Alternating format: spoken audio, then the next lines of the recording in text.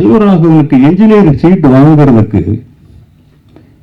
இத்தனை படம் எடுத்ததுக்கு நான் கஷ்டப்படல. சினிமா தான் இப்படி பாலச்சந்திரன் மாதிரி இப்படி பிடிச்சி சொல்கிறார் இதாங்கிறான். அசிஸ்டன்ட் டைரக்டராக நான் 40 படத்துக்கு மேலே ஒர்க் பண்ணேன். வேறு மாதிரி இருக்குது. 4 ஷார்ட் ஃபிலிம் பண்ணிவிட்டு டைரக்ட் பண்ணணுன்னு தான் வராங்க. துள்ளுவதோ இளமை ஆடியோ லான்ச்சில் நிற்கிற மாதிரி தான் நிற்கிறேன். அந்த பையனை பார்க்கும்போது அந்த வயசில் தனுஷ் எப்படி இருந்தோ அப்படியே தான் இருக்கார். முதல் வணக்கம்.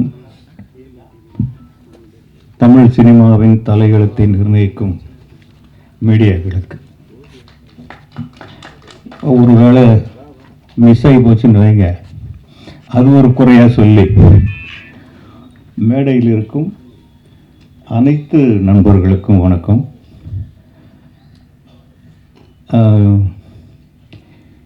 நிஜமாக எனக்கு டைரக்டர் அம்மா ராஜசேகர், நான் இங்கே தான் முதல் முறையாக பார்க்குறேன் அவரை.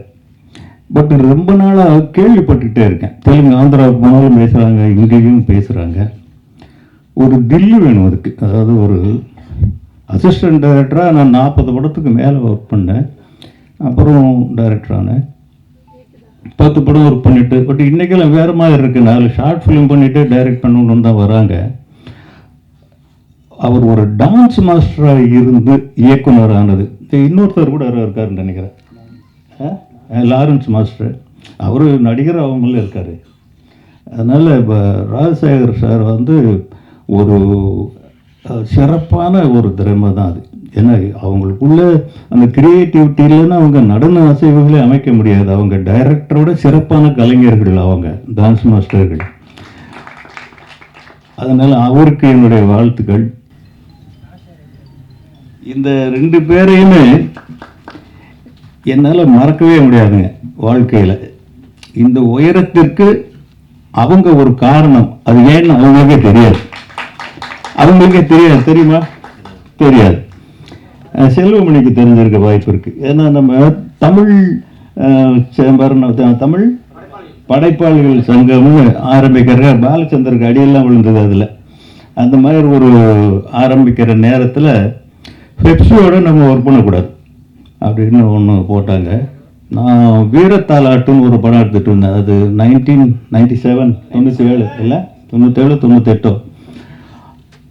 அப்போ பாட்டு எப்படின்னா 50 டான்சர்ஸ், இளையராஜா மியூசிக்கு, பாட்டு படு ஹிட்டான சாங்ஸ். இது எப்படின்னா எடுக்கிறது, பெப்சி தொழிலாளர்கள் இல்லாமல் அவங்கள மாதிரி டான்சர்ஸ் எங்கே கிடப்பாங்க. அவர் எங்கே பிடிச்சாரோ என்னமோ தெரியல. 25 கேர்ள்ஸ் 25 பாய்ஸ், 2 சாங்கு தேனியில்.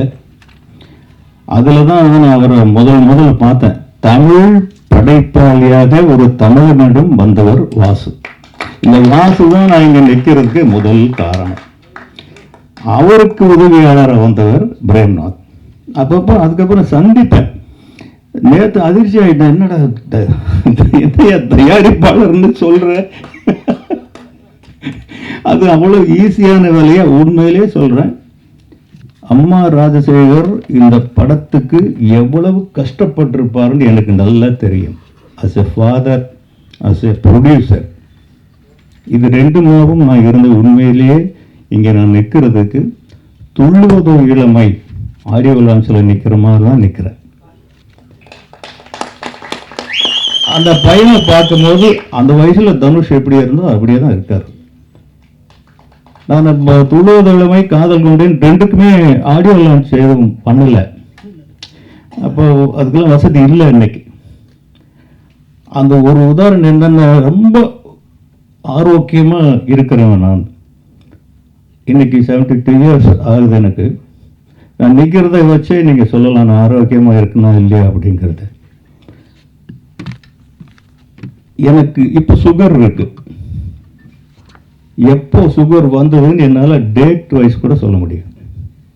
துள்ளுவதோ இளமை, காதல் கொண்டேன், அந்த 2 படம் ரிலீஸ்க்கு அப்புறம் தான் இந்த விஜய் ஹாஸ்பிட்டலில் போய் செக் பண்ணோம். சுகர் இருக்குன்னாங்க.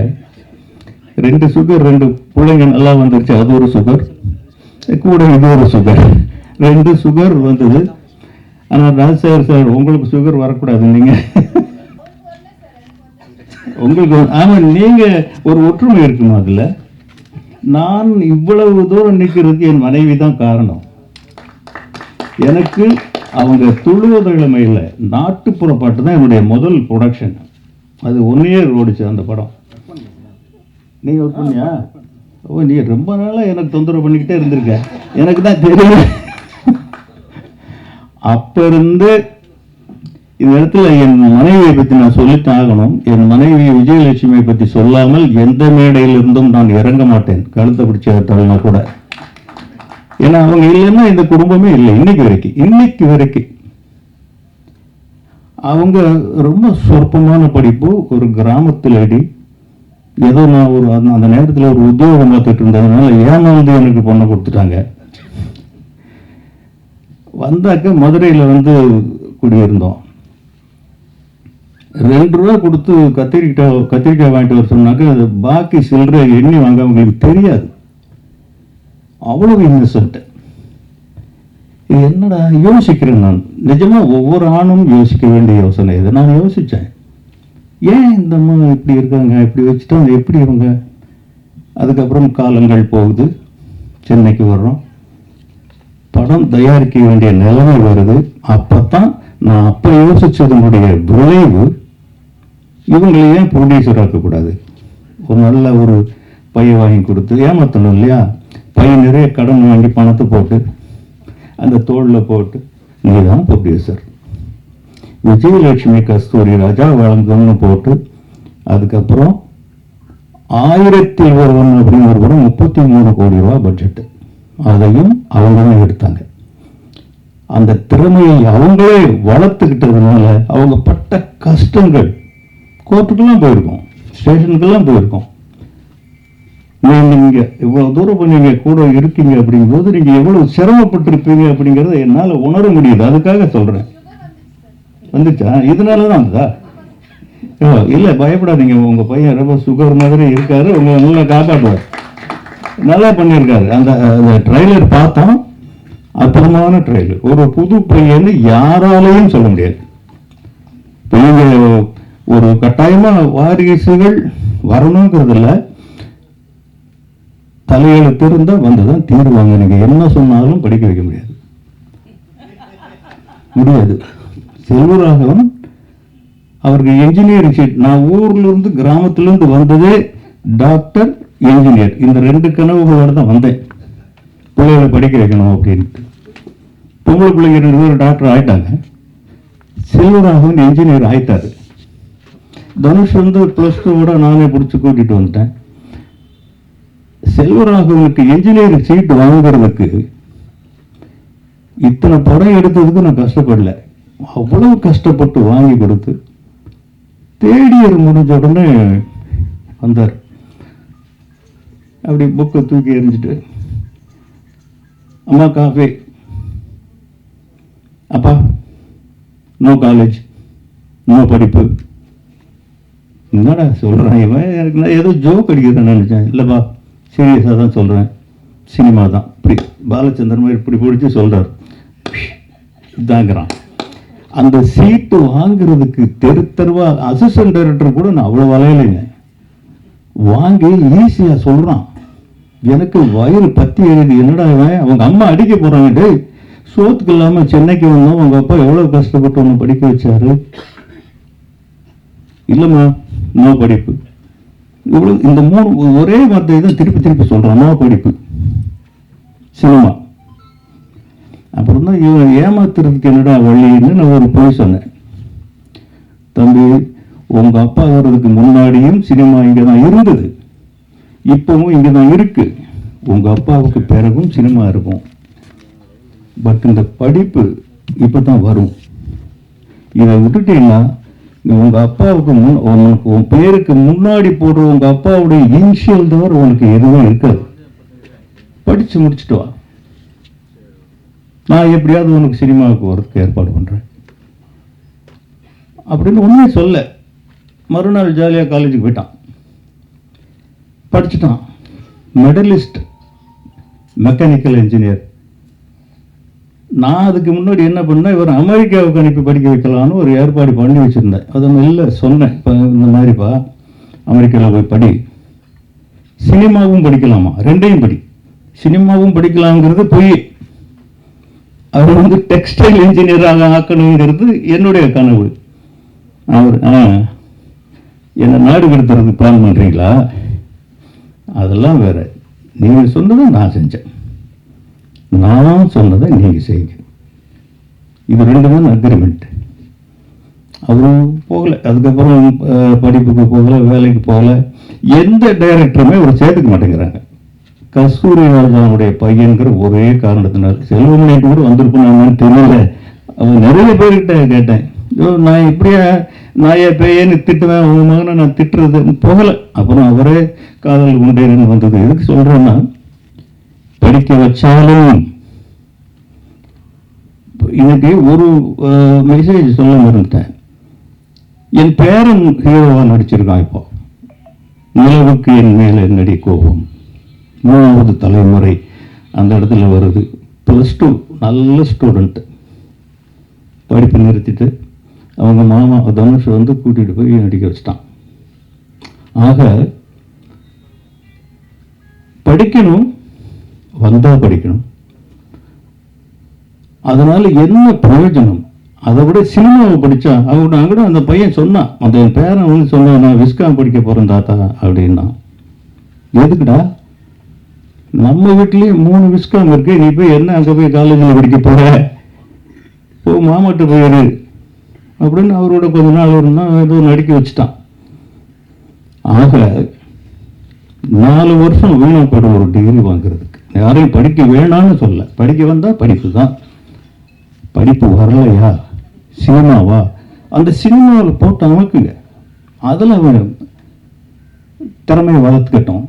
அவன் படித்து முடிச்சு அதுக்கப்புறம் தாடியை வளர்த்து, ஒவ்வொன்றுக்கும் ஒரு பருவம் இருக்குது, ஒரு பக்குவம் இருக்குது. எது வருமோ அதில் பிள்ளைங்களை செலுத்துறது தான் புத்திசாலித்தனம். அந்த பையனுக்கு நல்ல சினிமா வருது, நல்ல கண் இருக்குது, நல்ல அழகாக இருக்கான், ஃபிட்னஸ் ரொம்ப எவ்வளோ கஷ்டப்பட்டாரு தெரில, இவ்வளோ நல்ல ஃபிட்னஸ் இருக்குது. இதுக்கெல்லாம் என்ன பாடுபடுறாங்கன்னு எனக்கு பசங்களை நான் பார்த்துட்டு தானே இருக்கேன். தனுஷ் 6 பேக்கெல்லாம் வச்சுருக்காரு. அப்படின்னா ஒரு தடவை இது இந்த பொல்லாதவன் ஷூட்டிங்கில் வந்து கெய்டி தியேட்டரில் எங்கே நடக்குதுனாக்க போனோம், ஷூட்டிங் பார்க்க போகலாம் அப்படின்ட்டு. அப்போ அந்த கிளைமாக்ஸ் ஃபைட் எடுக்கிறாங்க, 6 பேக்கு காமிக்கிறது. ஒரு ஷாட் முடிச்சுட்டு ஓடி வந்து அப்படியே மல்லக்கப்படுத்து தூக்கி அந்த வேறு வச்சுட்டு மறுபடியும் ஷாட் எடுங்கிறாங்க, ஓடுறான். வயிறு எரிஞ்சிருச்சுங்க, பெத்த பிள்ளை இவ்வளோ டார்ச்சர் பண்ணியாட நம்ம நடிக்க வைக்கிறோம் அப்படின்னு. அவ்வளவு கஷ்டப்பட்டு தான் அந்த இடத்தை தக்க வைக்க முடிஞ்சது. அது மாதிரி நீ எவ்வளோ கஷ்டப்பட்டு போய் எனக்கு தெரியல, அதை விட்டுறாது. அதுதான் கேபிட்டல் ஒன்றுக்கு. சிவகுமார் அடிக்கடி சொல்லுவார், நடிகனுக்கு உடம்பு தாண்டா முதலீடு அப்படின்னு. அந்த மாதிரி அதை விட்டுறாத. உனக்கு நல்ல டேலண்ட் இருக்கு, படி, வந்தா படி. படிக்க ஏமாத்திக்கிட்டு படிக்காத, நடி. நடிக்கத்தான் வருதா நடி, யார் சொன்னாலும் கேட்காத. Decision making useful. அம்மா அப்பா அவங்களுக்குள்ள எவ்வளவு கனவுகள் இருக்கும். ஒரு பையனை சினிமாவில் கூட நிறுத்துறதுன்னா, தனுஷுக்கு வந்து நான் என்னுடைய சூழ்நிலை, என் சுயநலத்துக்காக அவனை நான் பிடிச்சி இழுத்துட்டு வந்தேன். எனக்கு அன்னைக்கு ஒரு படம் எடுத்து தீரணும், இல்லாட்டி திருப்பி ஊருக்கு போகணும். ஒரு பையன் கிடைக்கல. தெலுங்குல ஒரு பையன் இருந்தான், சித்திரம் உதயகிரன் இல்லை, உதயகிரன். அந்த படம் சூப்பர் ஹிட்டாக வந்துருச்சு, நம்ம கதை மாதிரியாக இருக்குது. அந்த பையனை கேட்டோம், சரின்ட்டான். ஓகே, ஷூட்டிங்லாம் டேட்ஸ்லாம் ஃபிக்ஸ் பண்ணி பிளான் பண்ணிட்டோம். திடீர்னு உஷாகரன்லேருந்து ஃபோன் பண்ணுறாங்க, அந்த பையன் நடிக்க முடியாதுங்க, நம்ம டேட்ஸு கொடுத்த அட்வான்ஸ் எல்லாமே போகுதுங்கும் போது வேறு வழி இல்லைன்னு அப்போ தான் ஞாபகம் வருது, அடைச்சி நம்ம வீட்டில் ஒரு பையன் இருக்கானே அப்படின்னா. வீட்டில் சொல்லக்கூட இல்லைங்க, வாடா நான் ஸ்கூலில் ட்ராப் பண்ணுறேன்னு ஷூட்டிங் ஸ்பாட்டுக்கு கூட்டிகிட்டு போயிட்டேன். அங்கே வந்து அலறான், இப்படி இப்படி அலறான். அவர் எக்ஸாம் டைம் வரும், 2 மாதம் ஹாலிடேல முடிக்கிறேன்னு ஆரம்பிச்சு ப்ராமிஸ் பண்ணி வீட்டில் எல்லாரும் எகென்ஸ்ட். சந்தோஷமாப்பா, அவங்க லைஃப்பை நாசமாக்கிட்டீங்களா, இப்படி தான் எல்லாரும். இதுக்கப்புறம் செல்வமணி நீங்கள் சொன்னது ஒரு விஷயம் தப்பு.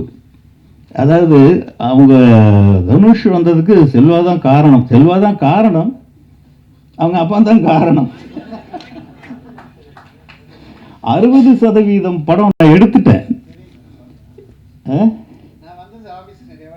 ஆமாம், 60% படம் எடுத்துட்டேன். அதுக்கப்புறம் ஒரு கிராமத்து படம் ஒன்று வந்தது, காசு இல்லை. சரி, இதையும் பண்ணா அந்த காசு இதில் போடலாமே அப்படின்ட்டு என்னென்ன பண்ணுறேன்னு, இவன் டைரக்டர் ஆகிறேன்னு சொல்லிட்டு இருக்கானா, இவன்கிட்ட கொடுத்து பார்ப்போம்னு 2 நாள் கொடுத்துட்டு நான் பின்னாடியே நின்றுருந்தேன், எப்படி எடுக்கிறாருன்னு பார்ப்போம். அவன் 60 அடி 100 அடி நல்லா ஷார்ட் லெங்க்த்தியாக எடுக்கிறார் செல்வா. நான் சொன்னேன், தம்பி இது வந்து எடுக்கிற, இது எப்படியா நீ எடிட் பண்ணுவ, இதில் ஒரு போர்ஷன் மட்டும் யூஸ் பண்ண முடியாதுல்ல அப்படிலாம் இருந்து. ஆனால் உண்மையிலே செல்வமணி நீங்க சொன்னது உண்மை. இல்லை இல்லை, நீங்க சொன்னது உண்மைன்னு இப்ப சொல்ல வரேன். செல்வராக வந்ததுனால தான் அந்த துள்ளுவதோ இளமை அப்படி ஒரு படமா வந்தது. நான் எடுத்திருந்தால் ஒரு படமா வந்திருக்கும். இரண்டாவது, யுவன் சங்கர் ராஜாவுக்கும் செல்வராகவனுக்கும் மிகப்பெரிய நெருக்கமாயிடுச்சு. அதுல அந்த பாட்டு தாங்க. யுவன் சங்கர் ராஜா இல்லைன்னா 2 பேருமே, செல்வாவும் கிடையாது தனுஷும் கிடையாது. யுவன் தான் மெயின் ரீசன். அவ்வளோ நல்ல சாங்ஸ் கொடுத்துருந்தார். அதனால நம்ம பிள்ளை என்ன, இவன் யார் அப்படின்னு தீர்மானிக்கிற கடமை, பொறுப்பு, தலையெழுத்து எல்லாமே நமக்கு தான் இருக்கு. இன்னைக்கு பசங்க வேஸ்டா போயிடுவாங்கிறது ஒரே ஒரு வழியில தான், ட்ரக்ஸ், போதை. இதில் போனதான் வீணா போயிடுவானுங்க. மற்றபடி அவங்க நம்மளை விட அதிகமாக சாதிப்பாங்க. அவங்களுக்கு எல்லா அறிவும் இருக்கு நம்மளை விட. ஏன்னா ஒரு பிடிவாதமாக நான் சொல்கிறத கேள்றாங்கிறது எவ்வளோ பெரிய முட்டாள்தனம்ங்கிறது இன்னைக்கு வரைக்கும் நான் உணர்ந்துட்டு இருக்கிறேன். நான் பிறந்தது 1952, தனுஷ் பிறந்தது 1983. 2 கலாச்சாரம் ஓட்டுமா? ஓட்டாது. டேய், நீ வடை சாப்பிட்றா, நீ சோளச்சோறு சாப்பிட்றா, இப்படி நம்ம சொல்ல முடியுமா? அவன் இன்னைக்கு பிஸ்ஸா சாப்பிடுவான், வேற என்னென்னமோ இருக்குது, அதெல்லாம் சாப்பிடுவான். இதை நாம் புரிஞ்சுக்கிட்டாதான் அவனுக்கு என்ன முடியுமோ, அவனுக்கு என்ன புரியுமோ, அவனுடைய தலையெழுத்து என்ன அவன் நிர்ணயம் பண்ணுறானோ அந்த சுதந்திரத்தை முதல்ல அவனுக்கு கொடுங்க. அப்போ தான் அவனால் முன்னுக்கு வர முடியும். கெட்ட வழியில் போகிறதுக்கு எந்த பேரண்ட்ஸும் சப்போர்ட் பண்ண மாட்டாங்க. அதனால் அந்த பையன் வர்றதுக்கான எல்லா அறிகுறியும் இந்த ட்ரெய்லரில் தெரியுது. ஒரு இடத்துல கூட ஒரு புதுமுகம் அப்படிங்கிறது தெரியவே இல்லை. மீடியாக்களுக்கு வந்து கேட்டுக்கிறது என்னென்னா, நீங்களாம் வந்திருக்கீங்க, வனிதா அப்பவே சொன்னாங்க, எழுதுங்க, தப்பாக எழுதுங்க. ஆனால் நீங்கள் தப்பாக தான் எழுதுறீங்க. தப்பாக எழுதுனா தான் அது நல்லா போய் ரீச் ஆகும். சரியாக எழுதுனா போகாது. எழுதுங்க. ஒரு புது பையன் உங்களை நம்பி தான் வரணும். இன்னைக்கு வந்து உங்களை விட்ட சினிமாவுக்கு வேற நாதி இல்லைங்க. நிஜமாவே மீடியா எழுதுறது தான் இவ்வளவு வசூல். எப்படித்தான் இவங்களுக்கு தெரியுமோ நீங்கள் தான் எழுதுறீங்க. இத்தனை கோடி டாக்ஸு நீங்கள் தான் எழுதுறீங்க. எப்படி எங்களுக்கு தெரியல, படம் எடுத்தவங்களுக்கு உங்களுக்கு தெரியுது. எழுதுறீங்க, எழுதுங்க. எதையாவது ஒரு படத்துக்கு அங்கேருந்து வந்திருக்கோம், உங்கள் மூலமாக தான் போய் சேரணும். வேறு வழியே இல்லை. இன்னைக்கு போஸ்டர் ஒட்டுற கலாச்சாரம் போயிடுச்சு, ட்ரெய்லர் போடுற பழக்கம் போயிடுச்சு, ஒவ்வொரு தியேட்டருக்கும் ட்ரெய்லர் அனுப்பவும் அதுவும் போயிடுச்சு. இன்னைக்கு என்ன இருக்குது? உங்களை தவிர வேறு வழியே கிடையாது. உங்களை ரெக்வஸ்ட் பண்ணி கெஞ்சி கேட்டுக்கிறேன், இந்த படத்தை பற்றி 4 நல்ல வார்த்தை எழுதுங்க. அந்த பையன் பெரிய ஹீரோவாக வருவாருங்கிற அறிகுறிகள் அத்தனையும் இருக்குது. உங்களை விட அதிகமாக மறுபடியும் கூட்டம் கூட்டி உங்களை இன்னும் உங்களோட உறவு வச்சுக்குவார் அவர். அதில் எந்த விதமான சந்தேகமும் கிடையாது. அவனுடைய வாழ்க்கையின் கதவுகளை நீங்கள் திறந்து விடுங்க. நன்றி, வணக்கம்.